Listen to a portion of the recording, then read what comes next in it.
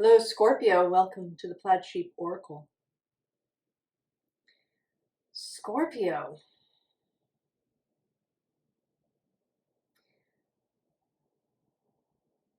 Your reading is interesting. Do I always say that? Maybe I do. All the readings are interesting. This first card,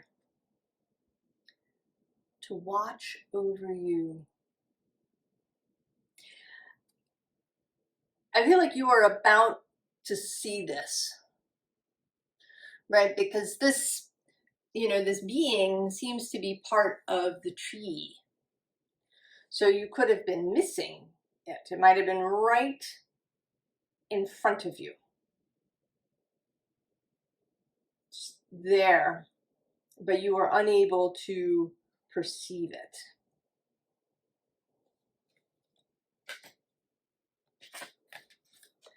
So these two cards, waxing crescent, and then I think the lucky star is here is for emphasis.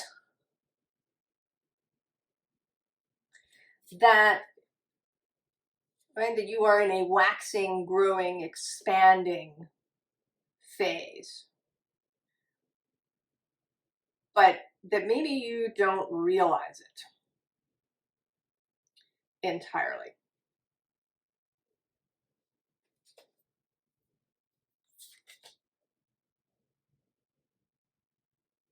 And so there is this, right, the sense of something unseen that is suddenly coming into vision. And that's been a theme, if you've been watching some of the other readings, of a revelation, an epiphany, a realization, an apocalypse, because that does mean a revelation, uncovering.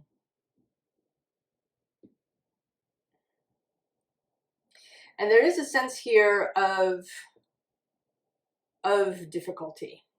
So the real energy that's there is this card. How sweet the hum. I love this card. Right, that experience of late summer, and it's warm and sunny, and the bees are humming in the heather or the flowers. Maybe there's cicadas. That kind of energy. Perhaps just swinging in the hammock or sitting on the porch,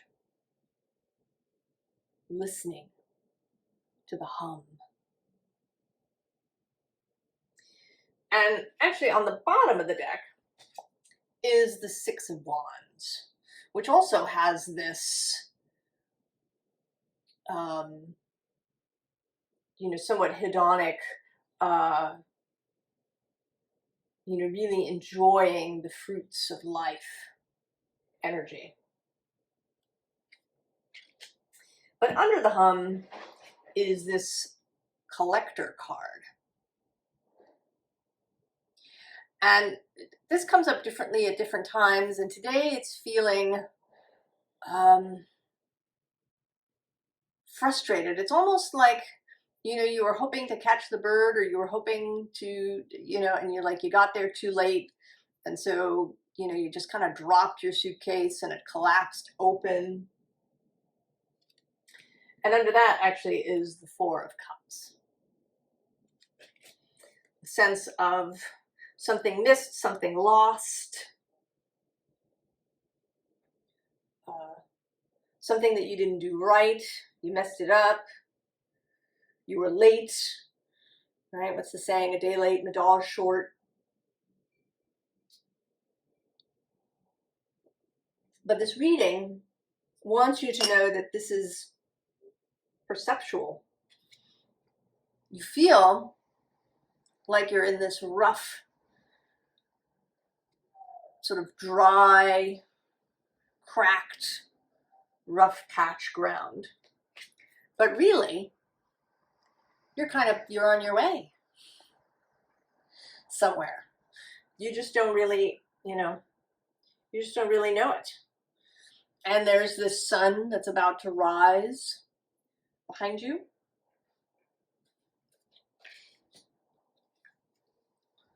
So though you may be hugging your hurts to you,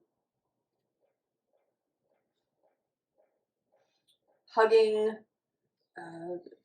feeling sad, hugging your mistakes or what you perceive as your mistakes. Right? You're kind of holding them close here.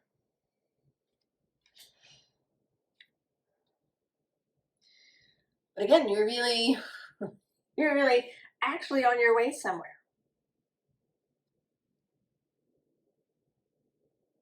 There is sun. There are clouds, but there's also sun. The sun is breaking through the clouds.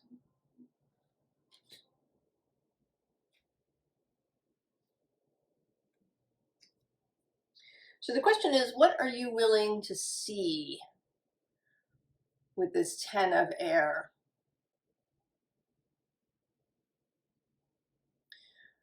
Maybe part of your issue is that people around you are also feeling this way. You may be in an environment where everybody's very doom-laden. Things are going from bad to worse.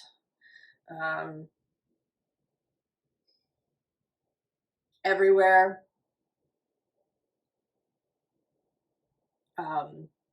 Maybe if the company you're working for is having problems and you're hearing all of that, or maybe it's your family or your friend group. So can you separate? Can you leave the flock? That's actually another theme. Leaving the flock, crossing some sort of boundary out. And right, that's the 10 of air, sometimes, right, the sort of 10 of swords in this deck. And at the bottom we have the 10 of water, the 10 of cups.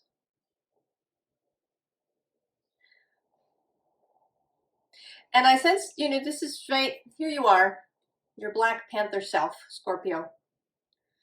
And these little frogs are just waiting for you. You want to. You want to see the best of things. I feel like this has been your journey, Scorpio, this year.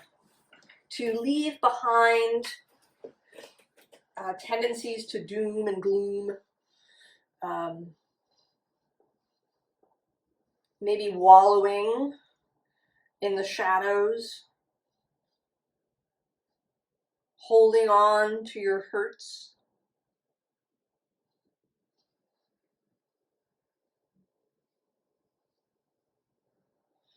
You know what? One of my cousins, when she was a teenager, like 13, she wanted to paint her room black. And her parents let her paint one wall black. And she lasted, I think, 2 months before she was painting it a different color. But maybe you are sticking. Maybe you painted your room black and you're gonna, by golly, you're gonna stick with it. I don't know.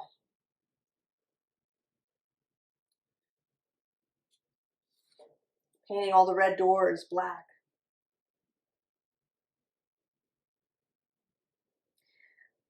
But this, right, this energy that washes over you, that you are about to see,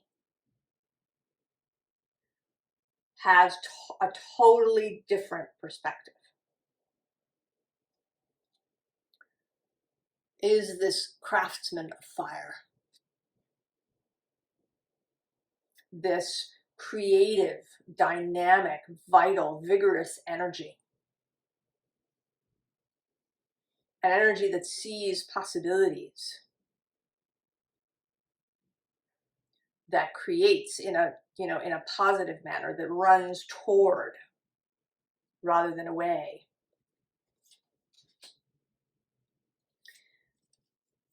And who wants, right, who is actually, they want to and they are creating this Ace of Pentacles new energy, this new world.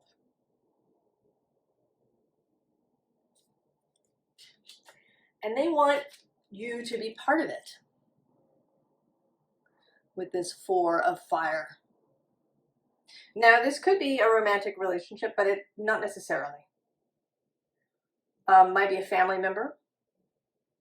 I mean, it might be your significant other, your spouse. But it could be a family member. I don't think this is a coworker unless they are also a really close friend. Because it could be a really close friend. Because I don't get the sense of this being about your profession. You know, with this very family-oriented Four of Fire here.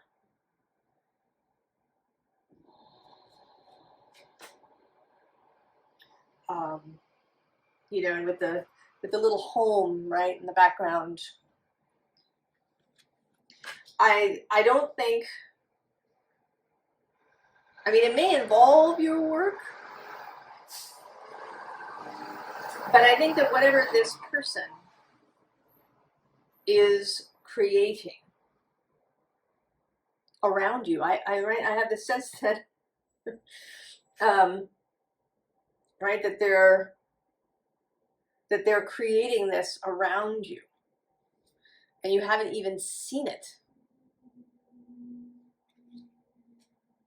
Right? This is their energy that they want to share with you.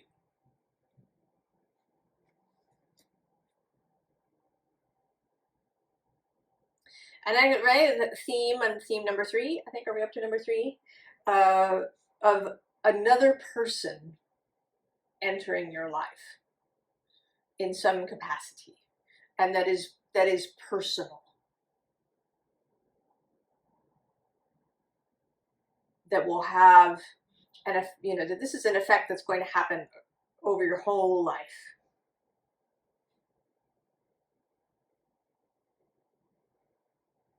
Now it is, well, maybe I'll talk about that in a minute.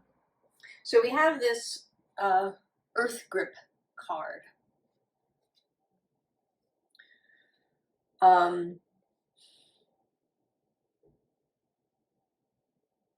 And this feels today like an anchor that you have anchored yourself.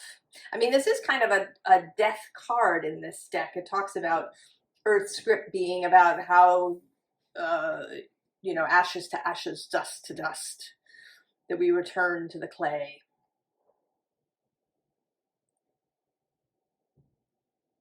But I don't know, this is sort of a non sequitur, but I'm going to say it in case it's important for somebody. I was watching one of the White Gazelle's readings yesterday, and I only watched a little bit of it because then it sort of turned and wasn't for me. But it was Taurus, which is an earth sign, and something that she had channeled was footsteps or footprints on the sands of time, which is a line from a Longfellow poem that's sometimes recited at funerals because it talks about how the soul is eternal. So there's something here, maybe it's not a non sequitur, there's something here about that maybe you have become too earth gripped by what appears to be daily concerns. That you have this desire to be more lighthearted and, to live in this energy, but that you have been allowing earthy things, because right underneath this we have mortar anchored. You've been allowing earthly things to preoccupy you, to anchor you, to chain you. All right, all of these earthy things that you've been focusing on.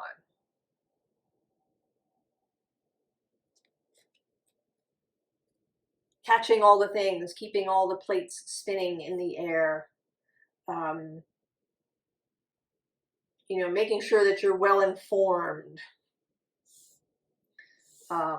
Any of this kind of thing that has kept you in this rough patch, in this Three of Swords, when actually, your soul is here on the ocean. Your scorpionic soul. And so we have the Weird Hamir, the All Rune.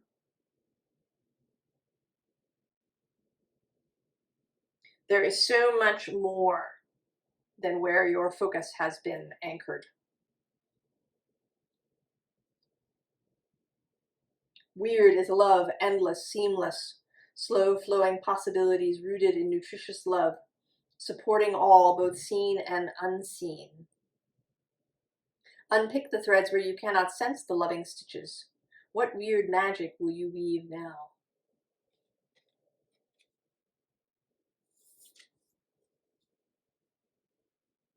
And then Il, the you.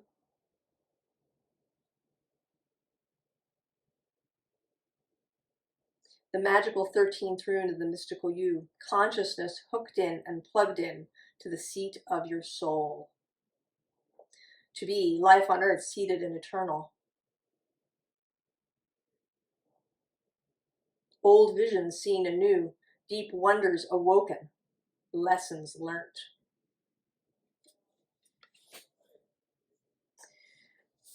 But it seems like the light is dawning. The light is dawning, the sun is dawning. You are seeing it. And I think this could happen either as a slow awakening, right, with this candle energy here. The candle, the day star. I sort of see you taking, it's like you're taking one step forward here. Or it could come all of a sudden, because we also have Brahm, the broom. Right? Something just sweeping through like a wind passing.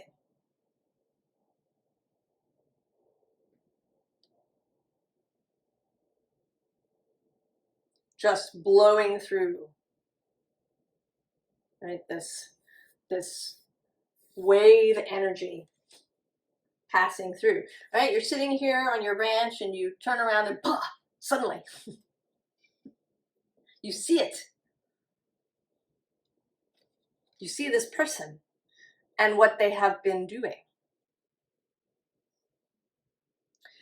And, usually the decks that come out as the precursor cards don't come out again. But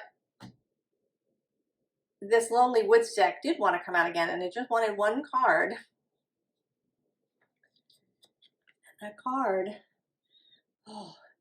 there's one who watches over you.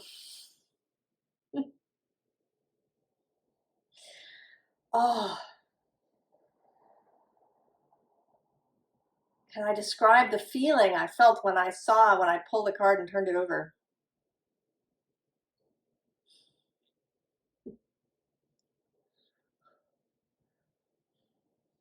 So, the confirmation. Now, the underlying is between two worlds, right? This sense that maybe you are not seeing, right? Here you are, you're feeling a little sad, and this other person is over here, and they're doing stuff. And then they've sent these, right? They've sent these little birds towards you, right? Wanting you to turn around and see that they are there. Now, the other underlyings here are death moves among us, and when all seems ended. So they're sending these little birds in your direction. And up until this point, this preoccupation that you've had with earthly things, and they're not earthly in the sense of nature earthly, I should say with civilizational things, with societal things, has meant that you couldn't see. But now something occurs that allows you to see.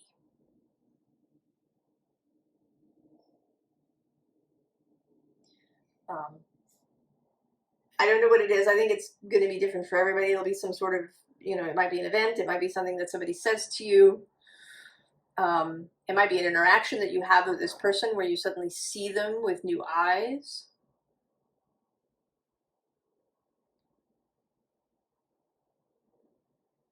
See what they've been doing right under your nose,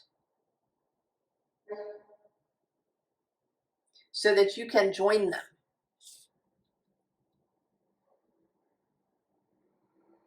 So, advice.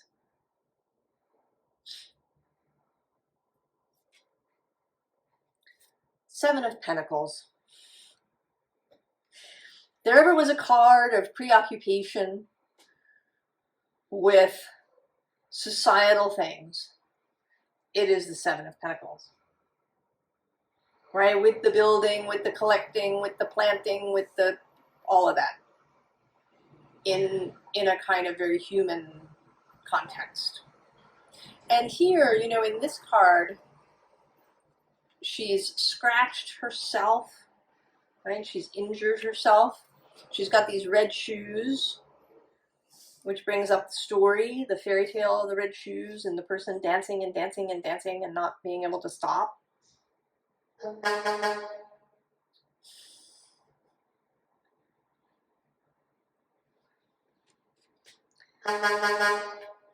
While at the bottom of the deck, we have the Three of Cups. So this is, again, happening unseen. Joy, fun with this other person. And then we have the Moon.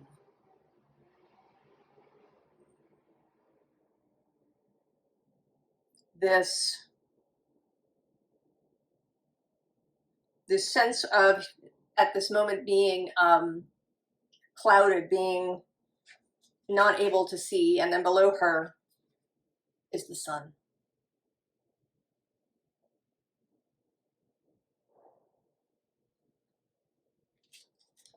And these two cards have now come out together, although I have done quite a bit of shuffling of this deck. There are these eclipses coming up. The first one, the new moon in Libra. If you're watching this one, I posted, it's about a week away on October 14th. And then on the 28th is the second eclipse, which is a lunar eclipse in Taurus. So with Sun in Scorpio. So these things may have meaning for you in your personal chart.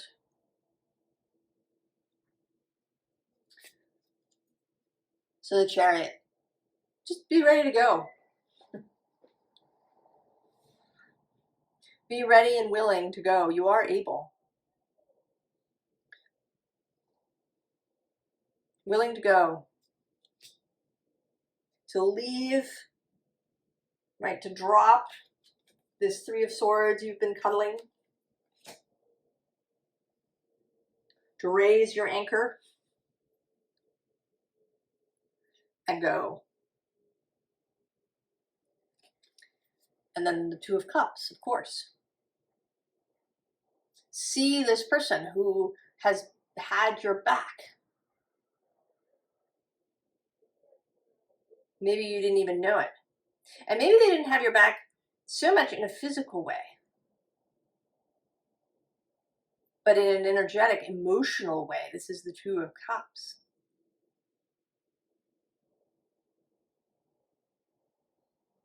They've been there for you. They haven't been, you know, in your face about it, but they've been there.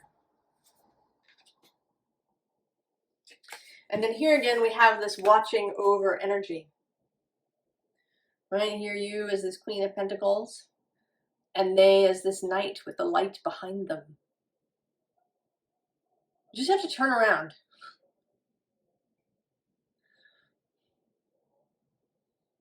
Just have to turn around. Scorpio. And see them.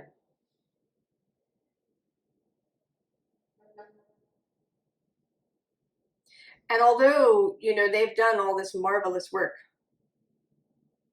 and they have, you know, deep love and care for you, ultimately this is about you and the choices that you make. Are you willing to leave the rough patch? To raise your anchor, to leave the group, possibly?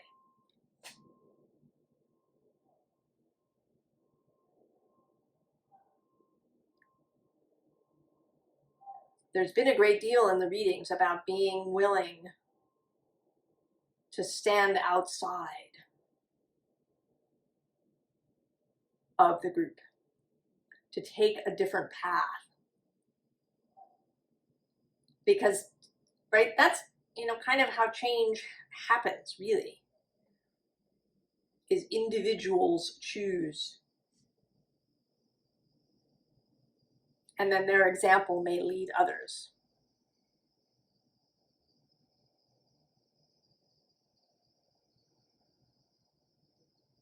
That's kind of a morphic resonance idea, if you know Rupert Sheldrake's work, that once something happens, it's easier and easier for that thing to happen again. So as soon as someone changes their way of seeing and living, other people, it's easier for them to follow. That kind of energetic road has been widened, right? Like being the first person to walk through a snow drift, right? You create the way and then other people can go behind you. And this person will be there with you. The two of you together, creating this path for others to follow.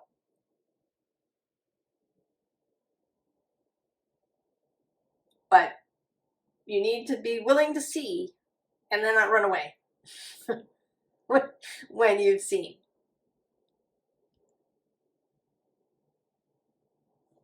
And this does take courage, right? This you always looks like a spine to me. But it's also the yew bow, which is, yew was used for bows because it's very flexible. So there's no rigidity here, but there is a straight spine. Integrity and courage.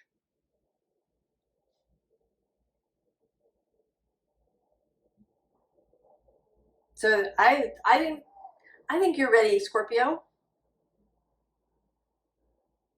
I think through this year you've been cultivating seeing the sun, seeing a brighter, more uplifted, more abundant future for everyone. and for yourself. I wish you all the very, very best, Scorpio, and I will see you next time. So long.